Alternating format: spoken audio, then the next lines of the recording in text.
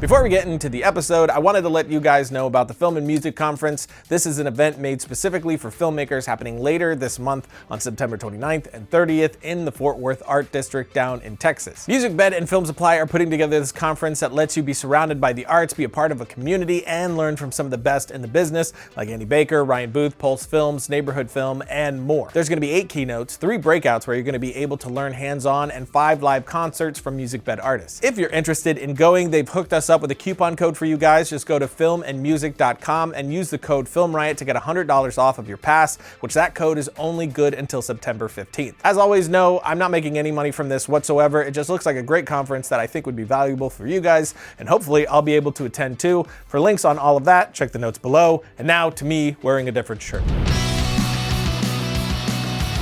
Welcome to Film Riot. Once again, we've partnered with the good folks at MZ to bring you some free filmucation.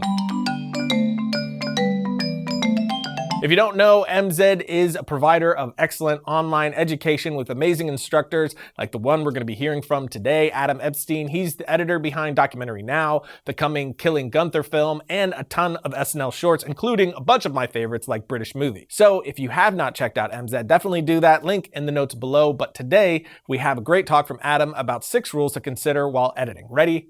Go. So what we are going to now hear first, we're going to hear Mr. Hitchcock talking about a couple of his theories as far as cinematic construction goes, and he's going to be applying it to one of his most famous scenes, which is the shower scene from Psycho. So he's going to be talking about a couple things, and we're going to listen to those couple things, and then we're going to move on from there. So here is Mr. Hitchcock. We call it cutting. It isn't exactly that.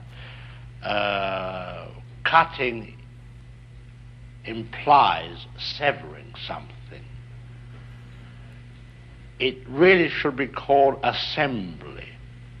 Mosaic is assembling something to create a whole. Montage means the assembly of pieces of film which, moved in rapid succession before the eye, create an idea. Of course, the most elementary form is the juxtaposition of imagery in various sizes. You know, a lot of people think that cutting is, or we'll say montage or assembly, is taking a man from one place to another and jumping into a close-up of him, which Griffith invented, it's true. But to me it goes much deeper. And as I say, the picture Psycho contained quite an amount of cinematic approach to this, to its basic content. In the first place, we had in it the murder of a woman in a shower, of a nude woman. Now, as you know, you could not take the camera and just show a nude woman being stabbed to death. It had to be done impressionistically. So it was done with little pieces of film. The head, the feet, the hand, the parts of the torso. Shadow on the curtain. Everything, you see, was used. The shower itself. I think in that scene there were 78 pieces of film in about 45 seconds. Good stuff. Okay. That's had definite lasting power and staying power.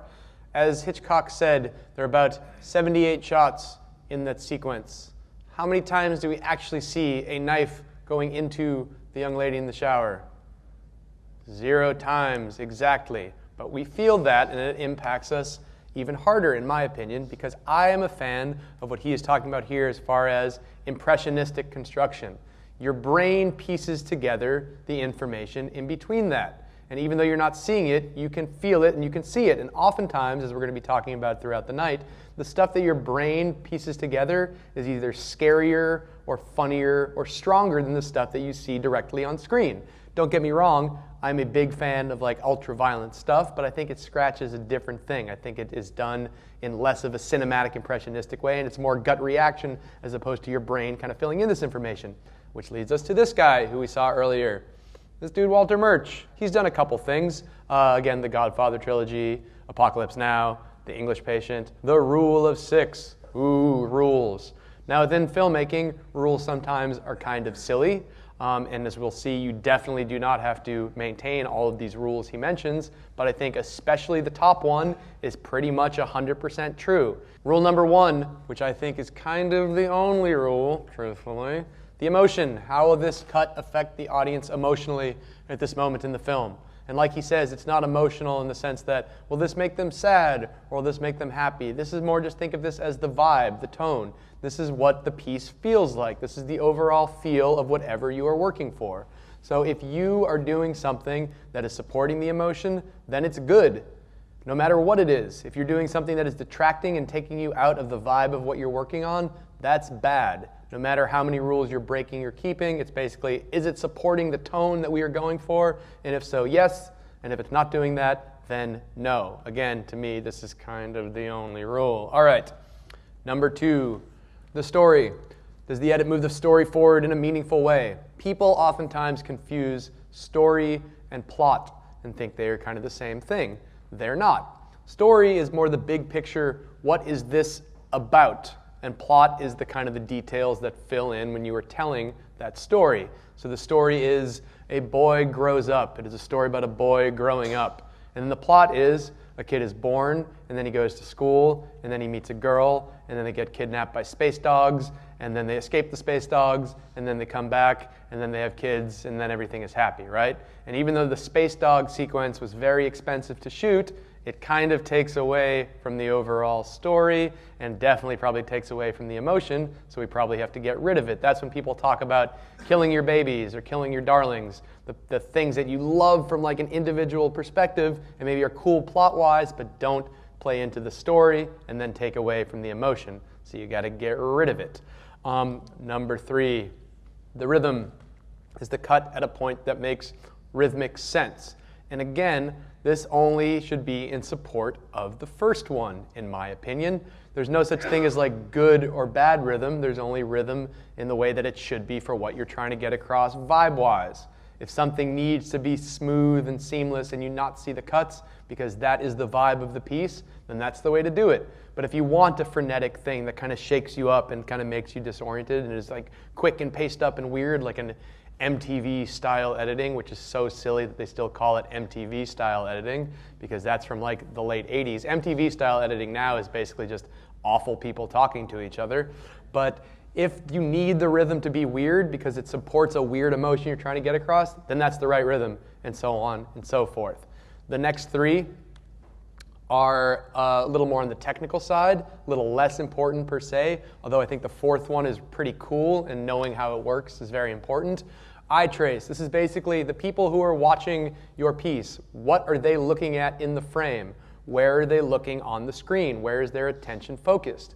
Knowing how this works and knowing what people are most likely going to be looking at is a really great way to either hide stuff or to drive where a cut should be based on the motion of a frame, but especially hiding stuff. People's attention span for what is going on directly in front of their face is very, very fickle. There's a famous experiment. It's a video that you can watch, and it's 2 people passing a ball back and forth, right? And you're watching the ball, and then at the end of the video it says, "Did you see the guy in the bear suit? Who has seen this thing?"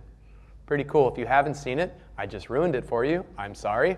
But look it up anyways. It's interesting because in that video, when you're watching the ball go back and forth, behind those people, very blatantly, a dude in a bear suit just kind of walks across.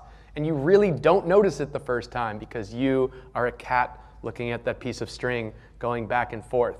So the understanding about what someone is looking at on screen is a great way to either motivate a cut or motivate action, or to be able to hide something in plain sight. It's cool. This is all we talked about before, also how people are drawn to eyes. So again, what is someone going to be looking at in a frame? And knowing how to abuse this or to use it, that's what we talk about. It carries your emotion like a cup. And so you're kind of moving stuff through the scene. We'll see some great examples of that a little later on. And the next 2 are kind of similar. I think they're pretty much the same, truthfully. The axis, that's referring to 180, mainly when people say, don't break 180. Breaking 180 is bad. It's going to disorient the audience. Nowadays, if you watch most anything, they break 180 like every other shot, truthfully. But when the movie started out and audiences were less sophisticated, I could see it being confusing.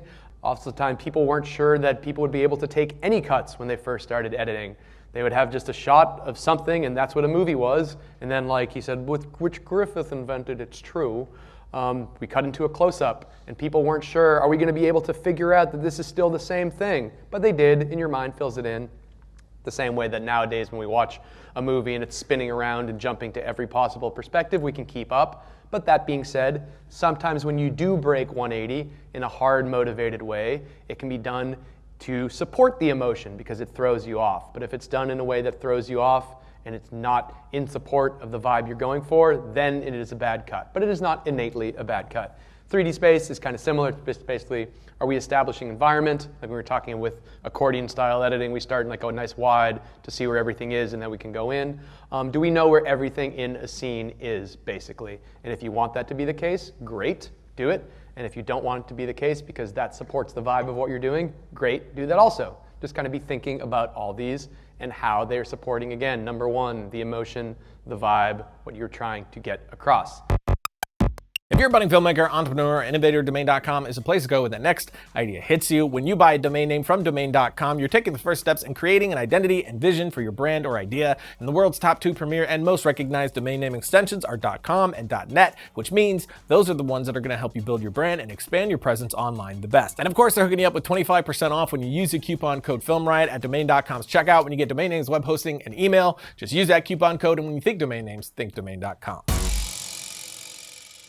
Logo. Again, big thank you to MZ for allowing us to bring the content to you for free. The full class is 5.5 hours long, all filled with great editing knowledge, so definitely check that out. But like I showed you guys before, there's a lot more on MZ, which in my honest opinion is the best educational resource like this out there. You have cinematography courses from Shane Hurlbut, directing courses, sound, and so on, and now MZ is offering a subscription service. So now you can either buy a course to download and have forever, which the course prices vary, like this one here for $400, but prices can go pretty high too, like $1,000 for the cinema sound, which sounds crazy until you realize that it's 85 hours of education on everything audio, and that's double the time of a normal college course. So those prices do make the subscription kind of amazing. You pay $300 a year and get access to all of their material, which is the closest to a solid online film school that I've seen that doesn't cost tens of thousands of dollars. So if you're looking to throw a ridiculous amount of practical and usable knowledge into your face, you can't do better. Check out the notes below for a link to get started with that. But that's it for today, and I'll see you next week when I still get eaten by the crocodile, even though it's been stuffed and turned into a clock.